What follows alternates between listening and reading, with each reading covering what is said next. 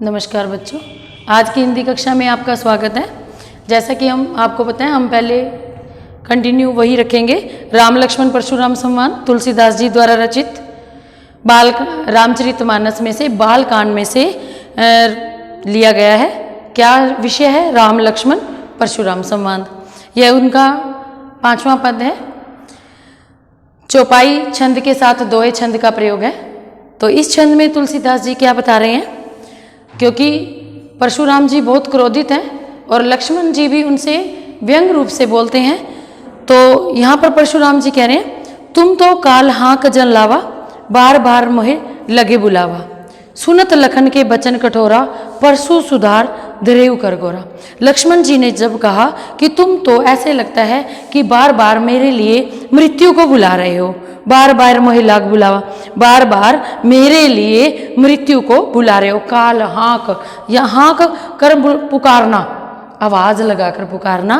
काल मैंने मृत्यु को, जन लावा कहते ऐसे लगता है, बार बार मोहे मेरे लिए लागे बुलावा, बार बार तुम मृत्यु को मेरे लिए बुला रहे हो। लक्ष्मण जी जब ऐसे कहते हैं ना कि तुम मेरे लिए पुकार कर मृत्यु को बुला रहे हो, काल को मेरे लिए पुकार कर बुला रहे हो, तो इससे क्या होता है? परशुराम जी क्रोधित हो जाते हैं। सुनत लखन के बचन कठोरा, कठोर वचन सुनकर लक्ष्मण जी के परसु सुधार धरेउ कर गोरा। परशुराम जी अपने भयानक परशुराम जी अपने भयानक परसे को सुधारते हैं, सीधा करते हैं। गुस्से से आकर अपने परसे को सीधा करते हैं। क्या कहते हैं? अब जन देई दोष मोहि लागो, कटु बदी बालक बद जोगी। क्या कहते हैं? परशुराम जी कहते हैं कि हे जन लोगो, अब मुझे दोष मत देना। अब जन देयु दोष मोहि लोगो, भी अब कोई मुझे दोष मत देना, चाहे मुझे दोष देना। कटुबादी बालक, ये जो इतना कड़वा बोलता है, कड़वा बोलने वाला बालक बद जोग है, मृत्यु को इस मतलब वध करने योग्य है, ये मतलब है इसका। बाल बिलोकी बहुत मैं बांचा, कहता मैं इसको बालक समझ के बहुत बच रहा था कि मैं इसको मारूंगा नहीं। बाल बिलोकी, बिलोकी मैंने जानकर, समझकर या देखकर, बालक रूप देखकर बहुत मैं बांचा, मैं बहुत बचा। अब येहू मरनी हार बसाचा, सच में यह अब मरने के योग्य ही है। सांचा मैंने सच, मरनी हार मरने योग्य है, अब यह मरने योग्य है, सच कह रहा हूँ। कौशिक कहा क्षमियो अपराधा, कौशिक जब वह अपने परसे को सीधा कर रहा है, बहुत क्रोधित है, भयानक आवाज में बोल रहा है कि यह अब चाहे मुझे कोई दोष दे, लेकिन मैं सच में इसका वध करूंगा। जब परशुराम जी ने ऐसा बोला तो कौशिक विश्वामित्र जी ने कहा, कौशिक कहा क्षमियो अपराध, अपराध को क्षमा करो, अपराध को क्षमा करो।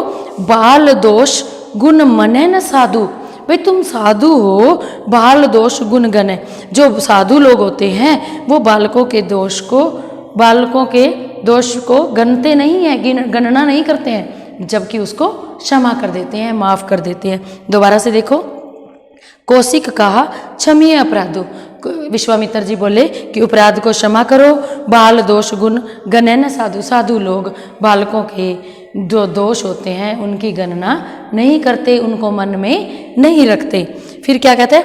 खर कुठार मैं अकरुण को ही, कहते कि मेरे पास तलवार है, खर कुठार कुलाड़ा है, मैं अकरुण मैं दया रहित हूँ, को ही क्रोधी हूँ, मेरे पास कुलाड़ा है, परसा है, मैं जो हूँ मैं अकरुण हूँ, मैं करुणा नहीं करता हूँ, को ही मैंने क्रोधित हूँ। आगे अपराधी गुरुद्रोही, और मेरे सामने गुरु के सामने कड़वे वचन बोलने वाला विरोधी खड़ा है, जो कि अपने गुरु के साथ, तो ऐसे वो क्या है? अपराधी है, और वो मेरे सामने खड़ा है। उत्तर देत छोड़ू बिन मारे, अगर मैं उसको उत्तर न दूं और बिना मारे छोड़ता हूँ, केवल कौशिकशील तुम्हारे, मैंने अभी तक जो उसको मारा नहीं है उसको छोड़ दिया है, उसकी बातें सुनकर भी उसको छोड़ दिया है। कहता केवल कौशिकशील तुम्हारे, हे विश्वामित्र जी, हे गुरु जी, इस तुम्हारे शील के कारण मैंने अभी तक उसको उत्तर नहीं दिया, नहीं और अभी तक उसको मारा नहीं। फिर क्या कहते हैं? नैते यही काट कुठार कठोरे, नहीं तो अब तक इस काट देता इस कुठार से, कठोरे, इस कठोर खटार से, इस कुलाड़े से मैं इसको काट देता, और क्या होता, गुरु उरन होते श्रम तोरे, और मैं अपने गुरु के ऋण से मुक्त हो जाता।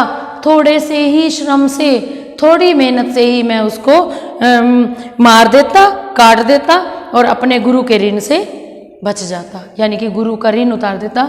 वो गुरु के सामने ऐसे ऐसे शब्द बोल रहे हैं और मैं उसको माफ़ करे जा रहा हूँ। क्यों माफ़ करे जा रहा हूँ? क्योंकि विश्वामित्र जी शीलवान हैं और वो मुझे रोक भी रहे हैं। फिर क्या कहते हैं, अब मतलब कि ये बात होने के बाद, गादीसु ने कह हृदय हस मुनि हरे हरे सूझ। क्या कह रहे हैं? गादीसु, गादीसु विश्वामित्र जी का ही नाम है, क्योंकि ये गादी जी के बेटे हैं, तो इसलिए गादीसु, गादी जी के सपुत्र यानी कि विश्वामित्र।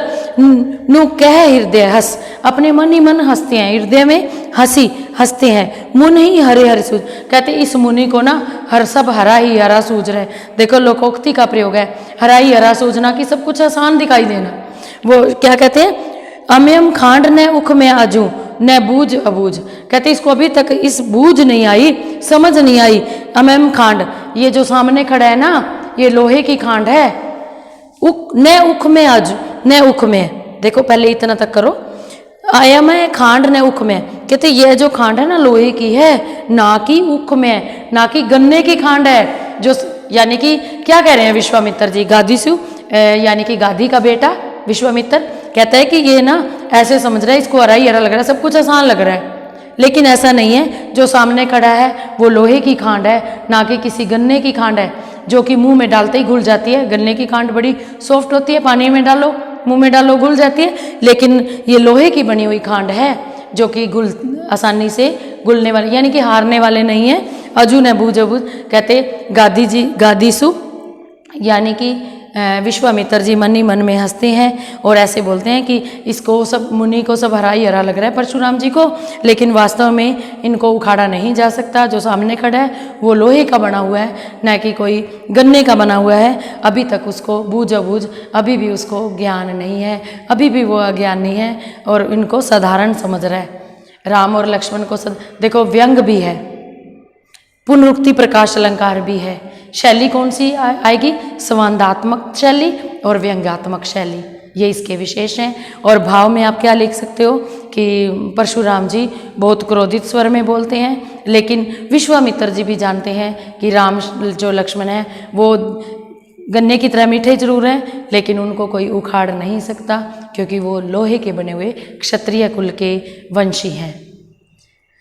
बेटा आज इतना ही, आगे कल करेंगे। अंतिम पद रह गया हमारा चौपाई छंद और दोहा छंद का सुंदर प्रयोग है, पुनरुक्ति प्रकाश अलंकार है, वीर रस हर समय बना हुआ है। धन्यवाद।